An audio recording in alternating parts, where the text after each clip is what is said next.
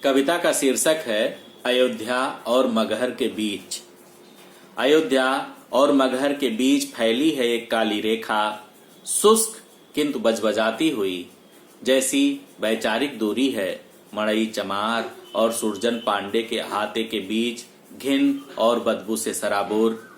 दोनों की संस्कृतियों में बुद्धिजीवियों सा तेवर, दोनों की कूट रेखाओं को पढ़ती हैं क्रूर सरकारें। संदर्भ और समय के अनुसार सूखते फफोले और लपटों में जलती जिंदा देहों की तरह राजनीति करवट बैठती है अयोध्या में। राजनीति का जुमला छोड़ता राजाओं के पासे में अयोध्या रहता है प्रासंगिक। चुनाव आने तक, चुनाव के बाद निरोहों को स्वर्ग तक ले जाता हुआ, शहर को सौदाह बनाता हुआ थूकता है खुद पर। रामलला समझते हैं राजनीति का व्याकरण। बूढ़ी आस्थाओं के डूब जाने से पहले रोते हैं अपने कृत कर्मों पर। थरथराती है दीपक की लौ, भीत एवं मध्यम दूरियों को पाटने वाली राहें पूछती हैं पसीना। छाह बरसाती धूप के लिए ढूंढते हुए आसरा सुखी हैं अयोध्यावासी।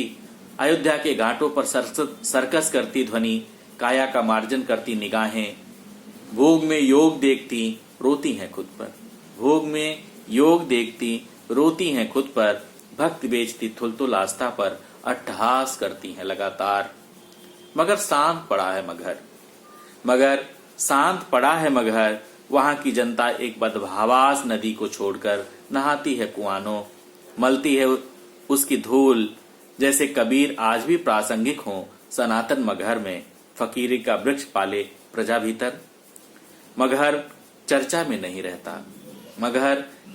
नहीं रहता, खुद से डरा सहमा पहुंचता है राजधानी, एक डरे हुए दलित की तरह। शीर्षक है शमशान बाजार। कोई ना कोई खरीद रहा होगा, कोई न कोई बेच रहा होगा हर वाहे की मूठ। कहीं न कहीं जल रही होगी सखुए की पत्तियां, कोई न कोई पका रहा होगा चिता पर चावल।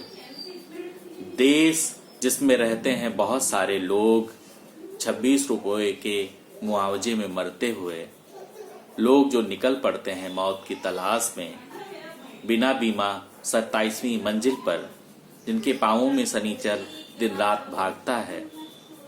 यह एक बाजार है जहां हर गरीब की कीमत तय है।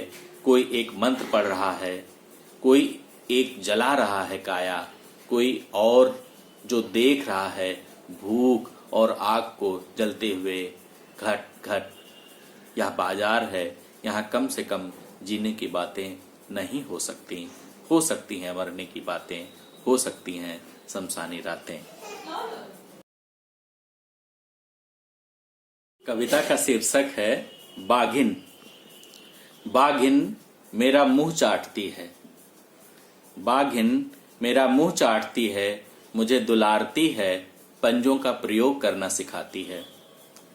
बाघिन का दिल नरम है, वह गुनगुनाती है एक गीत जिसमें उसके प्रेम की कथाएं दर्ज हैं। उसका अनुकम्मा प्रेमी नए शिकार की तलाश में चला गया एक दिन। बाघिन ने खोजा, भोजन की तलाश उसकी जिम्मेदारी रही, बच्चों का पालन किया दुख उठाकर। वह रुई की तरह हल्की हुई, अपने बाघ की याद में वह रोई। उसने जीवन का विकल्प तरासा अपने आसपास। बाघिन बहुत नरम दिल है, वह मेरा मुंह चाटती है, मुझे दुलारती है, पंजों का प्रयोग करना सिखाती है। मैंने महसूस किया है पंजे बहुत नरम हैं आज भी बाघिन के।